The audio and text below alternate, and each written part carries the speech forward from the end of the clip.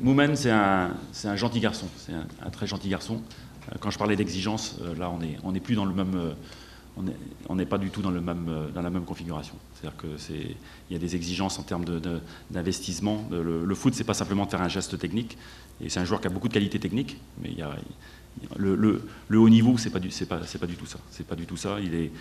C'est un joueur qui pouvait sur une action, c'est vrai, faire la différence, mais il y a un match et 90 minutes. Alors en ce qui concerne la composition de l'équipe, ça fait 35 ans que j'entraîne et on m'a jamais imposé un joueur, donc ça sera clair. Le jour où ça se fera, je serai plus là, donc ça c'est la première chose. Après, bon, il y a un staff, hein, évidemment, on échange, heureusement, mais ça a été fait, je dis sur le groupe, je sais pas en tout cas, pas de pression, ça c'est une évidence. Yacine, dans un rôle de 9,5, a fait valoir ses qualités techniques et pose de gros problèmes à l'adversaire. Donc c'était pas. Après que Yacine n'ait pas été à son meilleur niveau, ça c'est autre chose, c'est un autre problème, c'est pas le problème du poste. Bon, il y a des joueurs qui arrivent dans une tranche d'âge où forcément on se pose des questions. Eux déjà se posent des questions par rapport à l'équipe nationale. Bon, donc ça va se faire dans la réflexion. Bon, et puis après, surtout, ce qui est important, c'est de renforcer des secteurs de jeu où peut-être on a été déficient, oui, effectivement. Donc après, vous savez, il n'y a pas de génération spontanée, donc il faut aller chercher, faut aller voir des joueurs. Bon, ici, ce qui est intéressant, moi, c'est justement d'avoir la sélection des A'. Bon, ça me permet de voir quand même les joueurs locaux.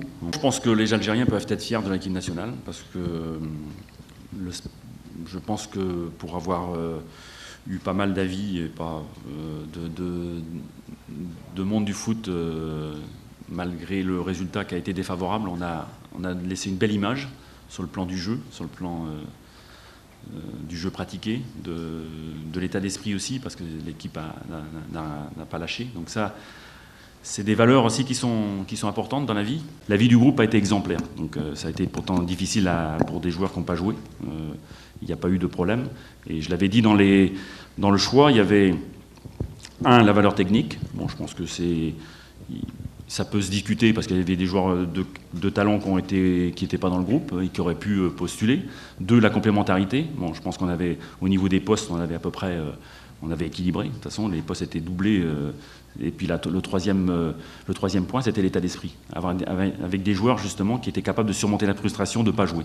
J'ai beaucoup de satisfaction parce qu'il n'y a eu aucun problème de comportement, de discipline, comme j'ai cru, en tout cas, entendre à un moment donné.